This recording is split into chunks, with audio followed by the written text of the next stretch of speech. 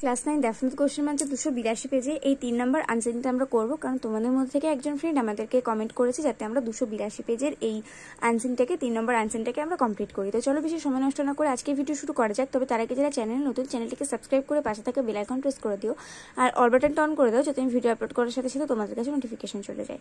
তো দেখো এখানে আমাদের একটা খুব ছোট্ট একটা আনসার দেওয়া হয়েছে আর সেটা খুবই সহজ একটা আনসার। তো আমি এটা পড়ে সময় নষ্ট করছি না, আমি আনসার বলে দিচ্ছি, তোমরা কোথাও কোথাও থেকে আমি আনসার নিয়েছি সেটা আমি তোমাদেরকে বলে দেবো। তো প্রথমে আমাদের বলা হয়েছে যে ইনফরমেশন টেক্সট থেকে নিতে হবে।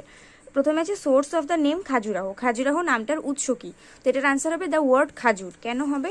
কারণ দেখো আনসারের প্রথমেই লেখা আছে যে the name Khajuraho has been derived from the word khajur. Khajuraho শব্দটা উৎপত্তি হয়েছে খাজুর শব্দ থেকে। ডিরাইভড মানে হচ্ছে উৎপন্ন হওয়া, তাহলে খাজুর শব্দটা থেকে খাজুরাহো শব্দটা উৎপন্ন হয়েছে। তার জন্য এখানে আমরা লিখতে পারি যে দ্য ওয়ার্ড খাজুর থেকে খাজুরাহোটা মানে খাজুরাহো সোর্স হচ্ছে the word khajur. The powerful dynasty that built the temple of Khajuraho. সেই পাওয়ারফুল রাজা যে কিনা খাজুরাহো টেম্পল তৈরি করেছিলেন, তাহলে তিনি হচ্ছেন শ্যান্ডেলা। শ্যান্ডেলা নামে একজন রাজা এটাকে তৈরি করেছিলেন। এখানে দেখো লেখা আছে the powerful kings of Chandela dynasty who ruled over the central part of India for about 5 centuries beginning from the 9th century AD chose this place to build the famous temples. তো উনি এই ফেমাস টেম্পলসগুলো তৈরি করেছিলেন, তার জন্য এখানে আমরা লিখবো Chandela. UNESCO has declared the temple as, এটা হবে one of the world heritage sites. কারণ এখানে দেখো লেখা আছে যে ইউনেস্কো এই মন্দিরগুলোকে এখন পৃথিবীর আর একটা ঐতিহ্যমূলক স্থান হিসেবে ঘোষণা করেছে। দ্য টেম্পলস আর না one of the world heritage sites declared by UNESCO. তো তার জন্য এটা আনসার হবে। আর তারপরে আছে total number of temples built, এটা হবে 85। আর তারপরে আছে the main temples were carved between probably 950 AD to 1050 AD। কেন এগুলো হবে? টোটাল কটা মন্দির তৈরি করা হয়েছিল? এখানে দেখো লেখা আছে দ্য শ্যান্ডেলা কিংস বিল্ট 85 টেম্পলস, তার জন্য এখানে 85 উত্তর হবে। আর বলা হয়েছে যে ওই মেন টেম্পলগুলো কখন ডিজাইন করা হয়েছিল? এখানে দেখো লেখা আছে probably between 950 AD to 1050 AD। তো এখানে যেহেতু প্রবাবলি কথাটা আছে প্রায় সম্ভবত, তার জন্য আমরা প্রবাবলি কথাটা আমাদেরকে এখানে কিন্তু দিতে হবে। তার জন্য এখানে probably 950 AD to 1050 AD answer হয়েছে। এরপর কোয়েশ্চেন আছে what is the meaning of khajur vatika. খাজুর বাটিকার মানে কি? তো এটার আনসার হিসেবে আমরা লিখবো according to the given passage khajur vatika meaning is a garden of date palms. ঠিক আছে। তারপরে আছে how long did the Chandela dynasty rule over the central part of India. কতদিন ধরে শ্যান্ডেলা ডিনাস্টি সেন্ট্রাল পার্ট ইন্ডিয়াতে রাজত্ব করে গেছে। তো এখানে আমাদের সুন্দরভাবে আনসার দেওয়া আছে, তাই খাতায় লেখার প্রয়োজন মনে করিনি। এখানে যেটা আমি তোমাদেরকে দেখালাম সেটাই আনসার হবে। The powerful kings of Chandela ডিনাস্টি এখানে হুটা দেবে না, ঠিক যতটুকু আমি আন্ডারলাইন করেছি আর যতটুকু আমি ব্র্যাকেটের মধ্যে লিখে দিয়েছি সেটুকুই তোমাদের আনসার। কিরকম লিখবে? According to the given passage the powerful kings of Chandela dynasty ruled over the central part of India for about 5 centuries beginning from the 9th century AD. ঠিক আছে, ভালো করে আরেকবার শুনে নাও আনসার কি হবে। According to the given passage the powerful kings of Chandela dynasty ruled over the central part of India for about 5 centuries beginning from the 9th century AD. ঠিক আছে, এখান থেকে এতটা আমাদের আনসার হবে, শুধু হুটা কিন্তু দিলে হবে না। এরপরে নেক্সট কোয়েশ্চেন আছে ডিসক্রাইব দ্য টেম্পলস। মন্দিরগুলোকে বর্ণনা করো। এখানে মন্দিরগুলো খুব সুন্দর করে বর্ণনা করে দেওয়া আছে।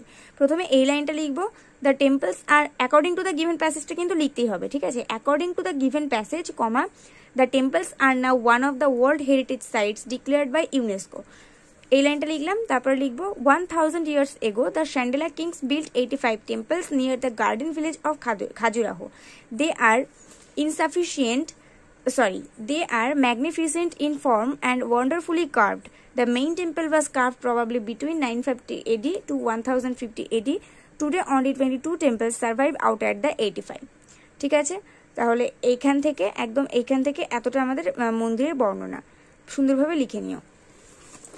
তারপরে বলেছে the above text is a part of and, এটা স্টোরি হবে, কারণ আর্টিকেলও নয় নিউজ পেপার রিপোর্টও নয়। আর্টিকেল হলেও এটা সময় তারিখ উল্লেখ থাকতো, নিউজ পেপার রিপোর্ট হলেও এটা সময় তারিখ উল্লেখ থাকতো, তার জন্য এটা স্টোরি হবে।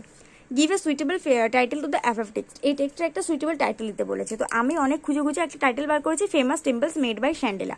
এর থেকে ভালো টাইটেল আমার পক্ষে আর খুঁজে বের করা সম্ভব নয়, কিন্তু আমার থেকে আমার ইন্টেলিজেন্ট স্টুডেন্টরা আছে, তো তাদের কাছে আমার একটাই রিকোয়েস্ট, তোমরা যদি এই প্যাসেজের জন্য ভালো কোনো নামকরণ খুঁজে পাও তাহলে অবশ্যই সেটা আমাকে কমেন্ট করে জানিও। আর আমি এটার জন্য খুঁজে পেয়েছি ফেমাস টেম্পলস মেড বাই শ্যান্ডেলা। এটা আমার মাথা থেকে বেরিয়েছে যেটা, সেটাই আমি লিখে দিয়েছি। তো এরপর Khajuraho has been derived from khajur, এটা ট্রু হবে কারণ সত্যিই খাজুরাহো খাজুর থেকেই উৎপন্ন হয়েছে। আর এটার সাপোর্টিং স্টেটমেন্ট তো এটাই হবে যেটা আমি তোমাদেরকে প্রথমেই দেখালাম, তার name Khajuraho has been derived from the word khajur meaning the date palm trees. Chandela kings built 86 temples, এটা ফলস হবে কারণ শ্যান্ডেলা 85টা মন্দির তৈরি করেছিলেন, 86টা নয়। আর সেটা সাপোর্টিং স্টেটমেন্ট এইখানে আছে। 1000 years ago, the Chandela kings built 85 temples near the garden village of Khajuraho.